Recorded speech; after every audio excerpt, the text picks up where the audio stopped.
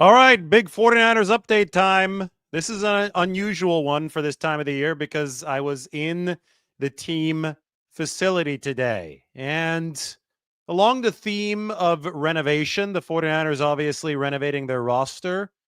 There's some physical renovation going on in Santa Clara.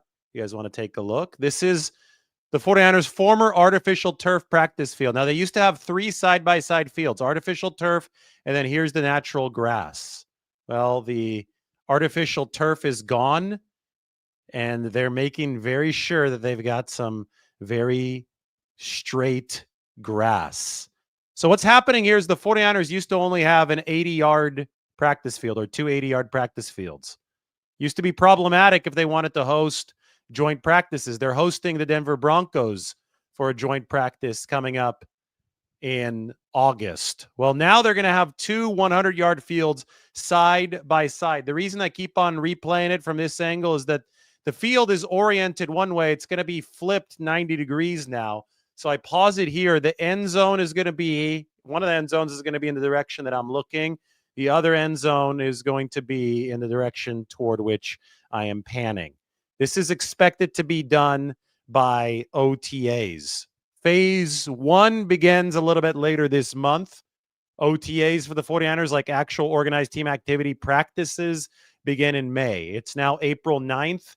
The local pro day held today at this facility was not on the Levi Stadium field because they're also making scoreboard upgrades and field upgrades there, but it was on the practice field, which is currently under construction. 49ers have some of the best natural grass in the NFL. Ironic because Levi Stadium started with that being a big problem. Well, this is how it is all born. All right, the next part of the update is that on this new field, it seemed like old times.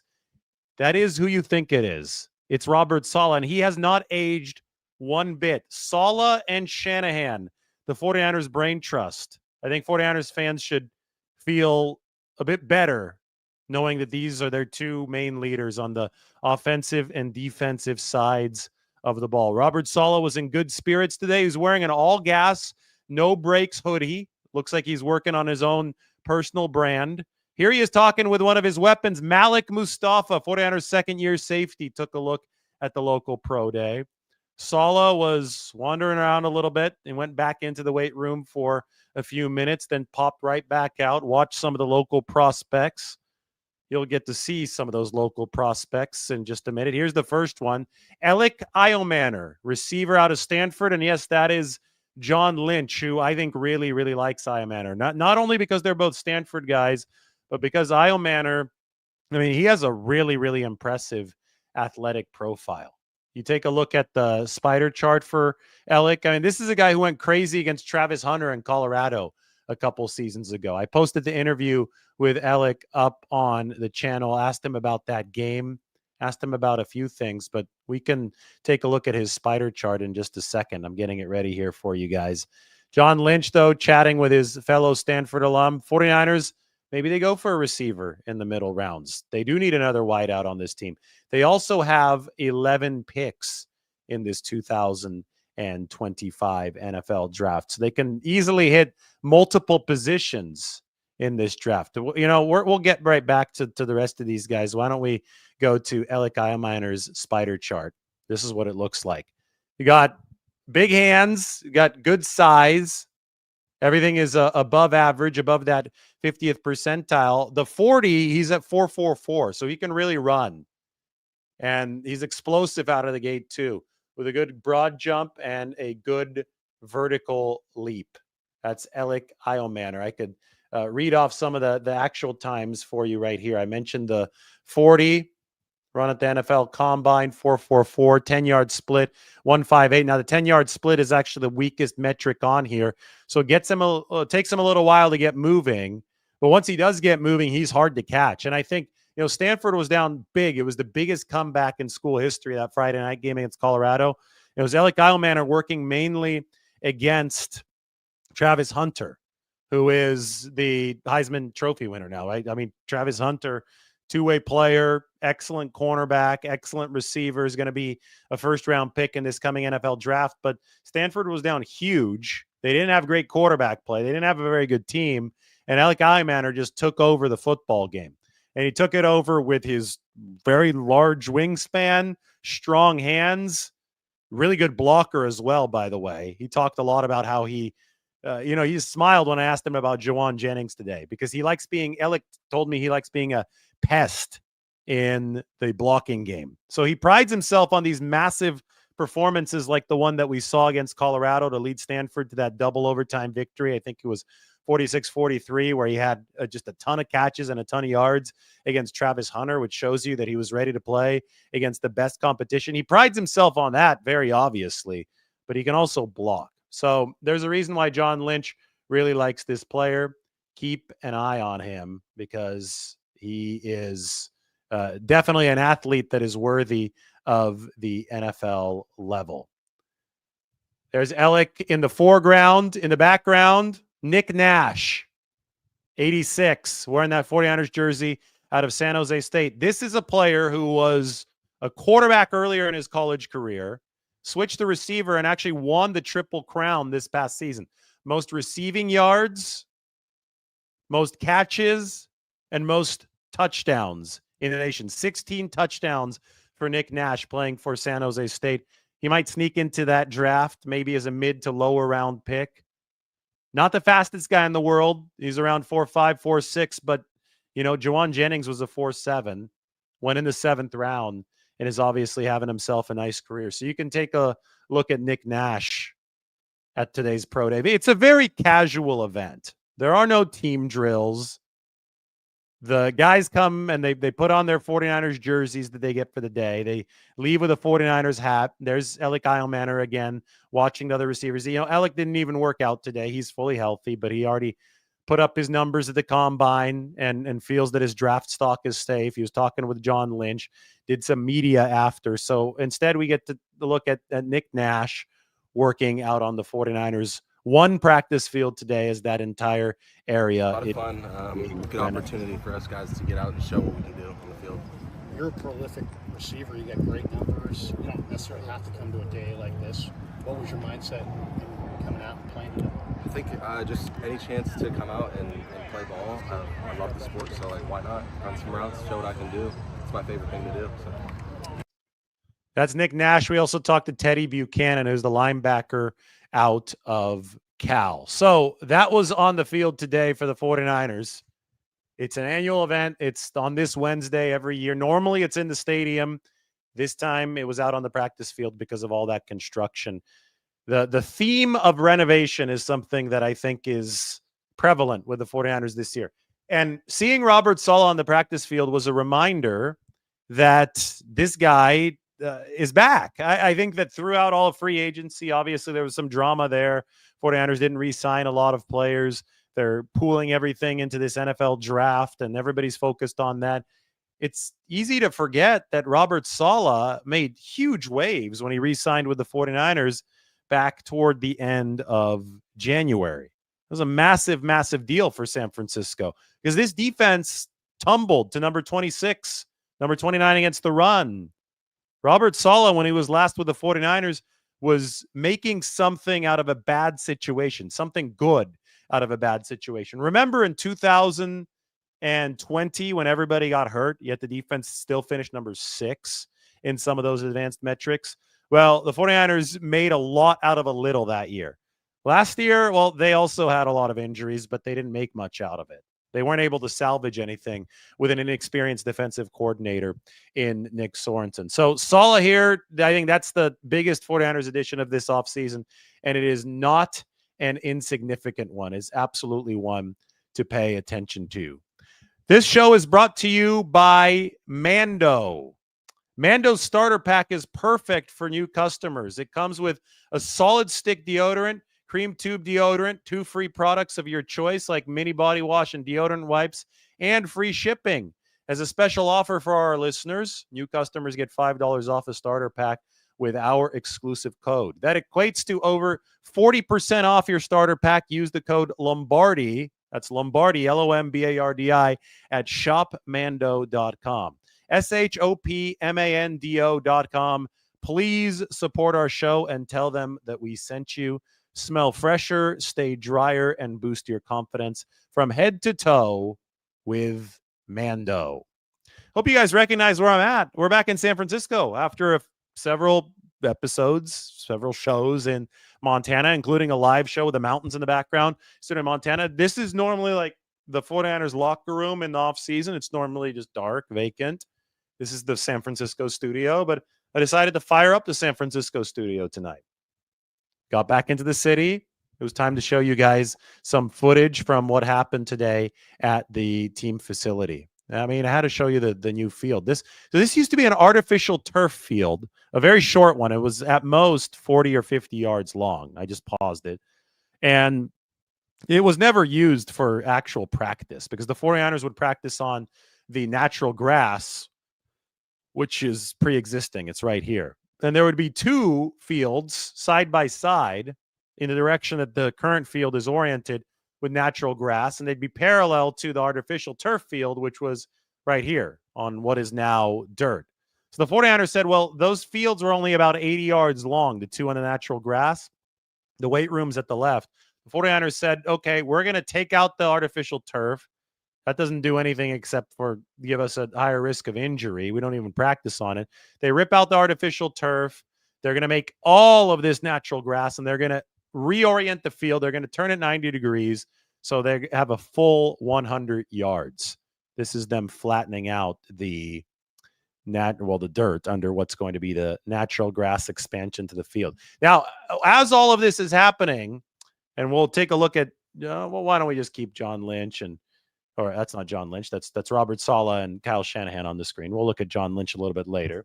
But I mean, I swear to God, I didn't take this video in 2019. This video was taken today. Robert Saleh, the ageless one, back out on the football field. That is the 49ers brain trust. Saleh, as I was saying, he's happy to be there. He definitely, I think he likes that California sunshine. I mean, it was 72 degrees, maybe 75 degrees, maybe even a little bit more on April 9th. I know the weather is not nearly that good back in New York. He also doesn't have Malik Mustafa, or didn't have Malik Mustafa with the Jets, but he's going to have Malik Mustafa with the 49ers. So that's how it's going to work, though, with the practice field. The next time that we're out there, which will probably be in May, you could see the field right here behind John Lynch and Alec Eilmanor. The field is going to be rotated 90 degrees. It's going to be going from that fence where it says home of the San Francisco 49ers back to what is dirt, which is behind the camera right now. And that's going to be in May. It's going to be after the draft. The 49ers rookie class will be in the building, and San Francisco will start practicing for those OTAs, organized team activities. It is going to be change in perception for us, watching the team practice in a different way after years of seeing the practice field oriented the way that you see it right there in front of Lynch and Eilmanor. Now, I also have to note that the stadium right now is undergoing a lot of renovations. There's going to be a whole lot of new video board acreage at the stadium. So I saw some scaffolding up on the stadium. I also saw them doing some work on the field. They generally resod that every year, so that might have been it down on the field. Normally, this pro day on April 9th happens inside the bowl of Levi's Stadium, but today we had to go all the way out around the back because of all the construction, and instead we were on the practice field. So, the local prospects, they get their chance to go out there and play in the stadium normally. Today, this year, that was not the case.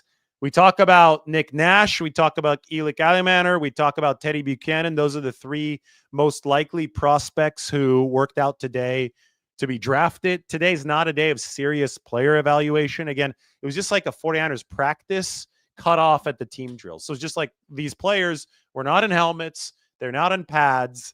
They're running around through warm-ups. And anybody trying to give you some kind of evaluation through this is lying to you, because this is not a evaluation event. This is more of a networking event for these players. It's local Bay Area prospects. So guys who either went to college in the Bay Area or have high school ties to the Bay Area, a chance to, talk to Kyle Shanahan, John Lynch, the 49ers position coaches, run around a little bit on the field. They're not going through team drills. They're not playing 11-on-11 football. It is simply a chill 1 hour or so event where we get a chance to head back to the team facility, talk to some people, It's hard to believe we were in Florida just a week and a half ago, right? I mean, it's gone Palm Beach for the owners' meetings, to Montana for some skiing, Good opportunity for us guys to to get out and show. it's what is it? Palm Beach for the owners' meetings, Montana for some skiing, back to the Bay Area for this. Now we're going to be flying to Nashville, back to San Francisco for the draft. I mean, it's back and forth over the offseason. So it's good to just reset back in the spot that we make home during the fall. I got an interesting Brock Purdy theory that I'm just going to steal from the comment section because I saw people talking about it a little bit earlier. Tina Snyder, right before we went live, said, I don't understand this intense hatred for Brock from so-called fans.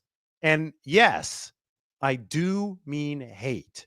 I saw that, and I agreed with Tina. I see so many people just trying to bash Brock Purdy, even though all he has done has been the most efficient quarterback in football at one of the cheapest rates in football for 3 years. I mean, that is a recipe that should make the 49ers fan base overwhelmingly be in support of Brock Purdy.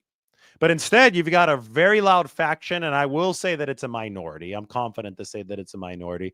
But you've got a very loud faction, speaking out against Brock Purdy, even though there's no real firm basis to do so. A couple comments later, first we had the I don't get it either, Tina. This is a good comment. But then Mike explains it, and I think that Mike hits the nail on the head. The people who are hating on Brock are always going to hate on him because they ended up being wrong on Trey. And that's exactly where this traces back to. There are people that were so bullish, and I'm not talking about predicting that the 49ers would pick Trey. I know that we did that on this channel. That's where this channel got started back in 2021. We were correct that the 49ers would pick Trey. The reasoning of why we thought they would pick him ended up panning out.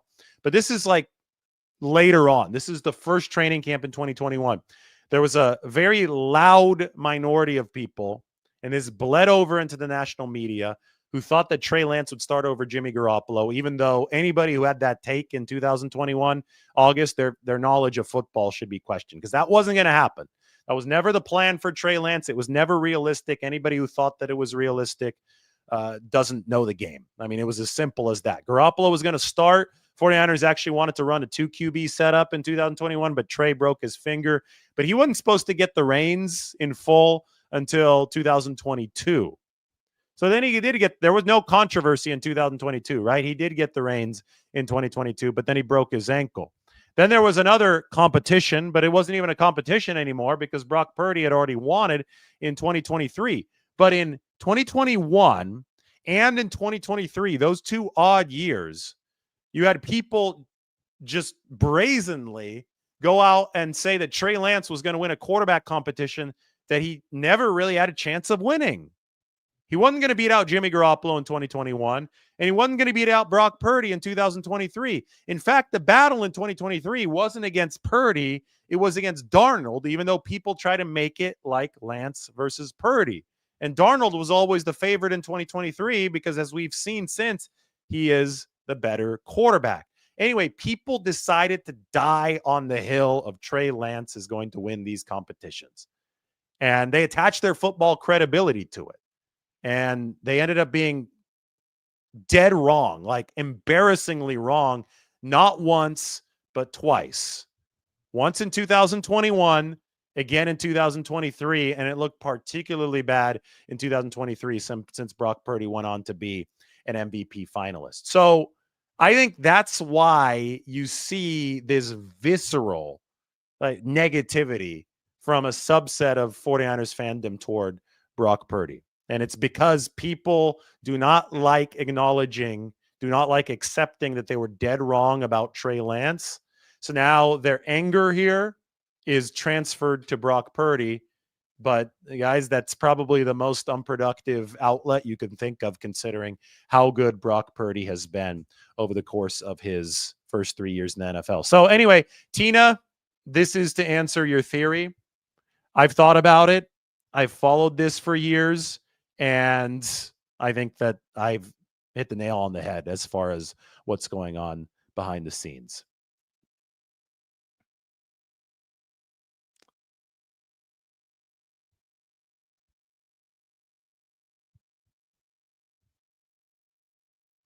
Has any draftee refused to go to a team because he wants to go to another one?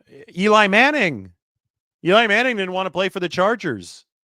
So, I mean, usually it's going to be a very, very high pick, like a number 1 overall pick. Somebody with, and back then there was more leverage because the players had to negotiate their contracts separate of the dictation of the CBA. Now the collective bargaining agreement, ever since 2011, has really dictated these contracts because there's a rookie wage scale. But Eli Manning, John Elway forced his way elsewhere as well. That was way back in the early 1980s. So I think that this is always something that comes back to a quarterback, and it comes back to very early in the draft.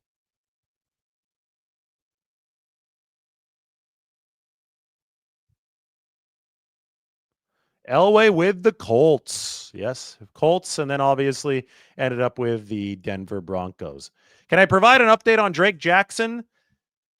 I'm afraid that I don't really have an update on Drake Jackson. Still recovering from the knee. He posted something about a month ago.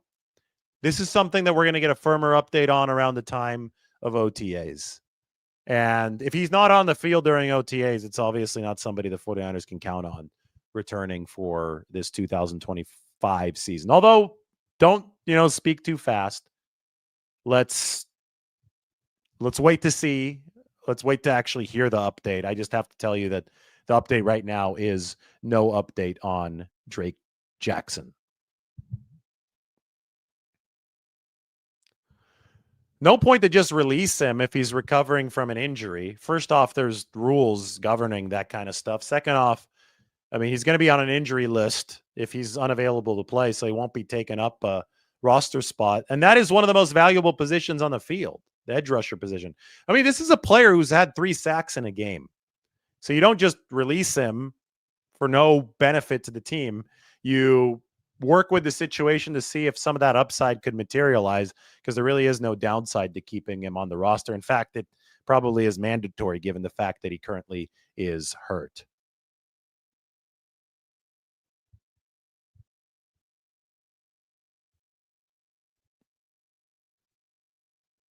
Marcellus always has really smart comments. He says that a nose tackle is a tide that lifts all boats on a defense. It's a good one. I think that the 49ers, Evan Anderson, if he emerges here in his second year, if he continues improving as a football player, I think Evan Anderson can be a good piece for the 49ers. But I think they need more from both a pass rushing and a run defense standpoint at that nose tackle position. Both nose tackle, 3 technique, they've got holes at that defensive tackle position. I mean, we could take a look at the roster right now.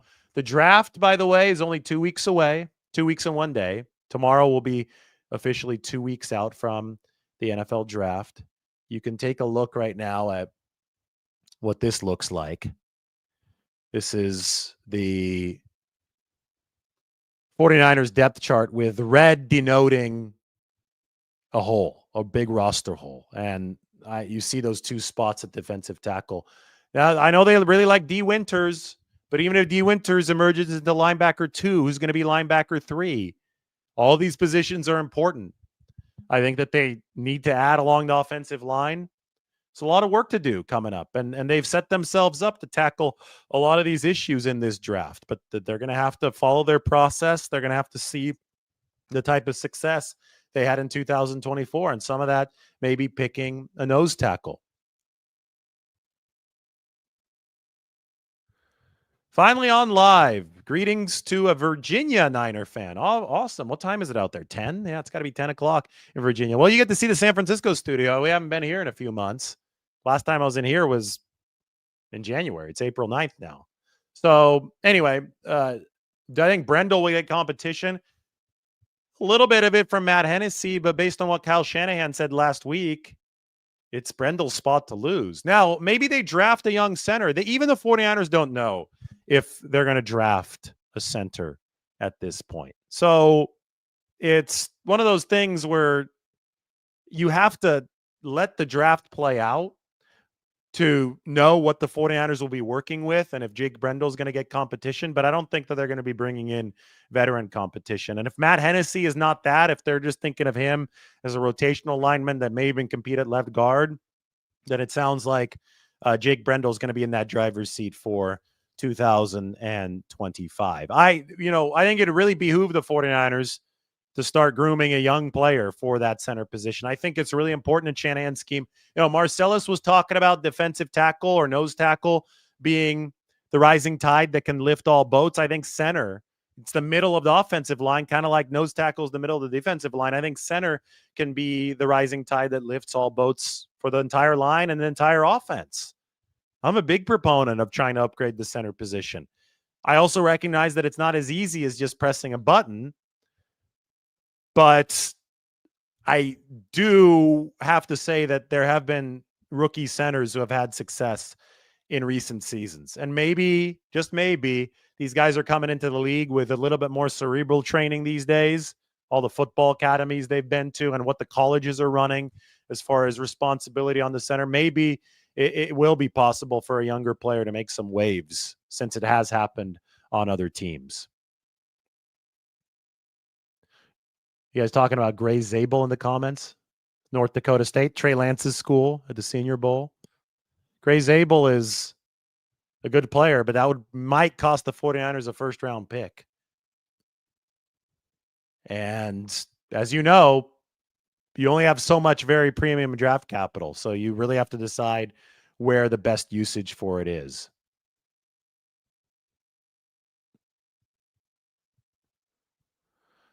Which OTA position battle will be the best or most competitive? Well, there really aren't going to be that many like position battles in OTAs. OTAs is more like rehearsing, drilling stuff, getting ready, like setting the table for camp. Training camp, when you put the pads on, that's where you're going to have the position battles. But when you look up and down this roster for the 49ers, it's going to be interesting to see how guys jockey into position at receiver without Brandon Ayuk available. We're not expecting him until the start of the regular season at the very least. We know tight end 2 is. I don't think there's much of a competition along the offensive line. Now, if they bring in a new premier tackle, okay, now we're talking, right? How are they going to slot him in? So that could set the table for something as far as competition goes. Defensive line, yes, I mean, that's going to be a competition no matter what, just given all the openings there. But we don't know who's going to be a member of it exactly because the draft hasn't happened yet. And also, not all too much can be settled when they don't have pads on at OTAs. Linebacker might be a little bit more intriguing because those guys will get to cover a little bit. It's going to be more like flag football in OTAs. Then I just want to see how, teal signifies all these new players. I want to see how things shuffle out in the defensive backfield for the 49ers because they have brought in a lot of new DB talent. Trey Brown, I think, is going to be the third cornerback, but they could also draft a corner. A lot of mock drafts have the 49ers going after a corner in the first round. I think like somebody did a study of all the mock drafts and corner was the most popular first round pick. But this regime has not drafted a corner higher than late in the second round. That was Renardo Green last year. I think that their DNA is defensive line, obviously quarterback. They already have one. And obviously offensive line. They've used first round picks on an offensive lineman before, but I don't see the 49ers going corner early on. If they do, well, then all of a sudden you thrust a player into the mix here. And there's a lot of teal on there. Those are the veteran signees. I almost feel that they used free agency to set up for the draft so they don't necessarily have to pick a defensive back or a cornerback. So they could focus on the D line, linebacker, offensive line, receiver, running back, other positions where there are some needs. I mean, even running back probably has a hole that needs to be filled. Maybe we can add one at running back. That's not fullback. That's running back. I just don't have enough column room for that. So we'll see. Good questions, but training camp is where the real competition is going to happen. Mike points out the 49ers have taken a lot of receivers over the years. That is true. So tomorrow I'm going to be on assignment in Los Angeles for 3 hours. I'm flying down to LA, flying back up from LA. You guys can guess what I'm working on. It's going to be legendary, though. It's going to be really cool. We'll do a video from LA if I have time. I'll be writing some stuff for the San Francisco Standard. That'll be good, too. Be back in the team facility before the NFL draft. It was great to check it out for a little bit today. Good vibes at the 49ers facility. The renovation is happening. You could see on that practice field that used to be artificial turf, now natural grass. They're working hard on it, even while the local pro day happened. And then we will, the next time we're out on this practice field, this field's going to be done. You're going to have those 200-yard fields side by side. They'll be ready for the joint practices with the Broncos, with the 49ers. We'll see a lot of old friends, Dre Greenlaw, Talanoa Hufanga, DJ Jones. All players, I guess, minus Hufanga, because Salah didn't overlap with Hufanga, but all players that Robert Saleh rode to great success as the defensive coordinator of the 49ers. And now Robert Saleh's back. That's a big deal. It was cool to see Robert back on that practice field today. Everybody hit that subscribe button. Helps the channel a lot if you do that. So just go out of your way right now. Hit the sub button. Seriously, do it right now. Hit the sub button. Have a great night. It was good talking to you back from the San Francisco studio. Like, sub, comment, all of the above. Let me know where your favorite burrito in San Francisco is or favorite sandwich, because I'm working on something cool in that regard. Talk to you guys soon.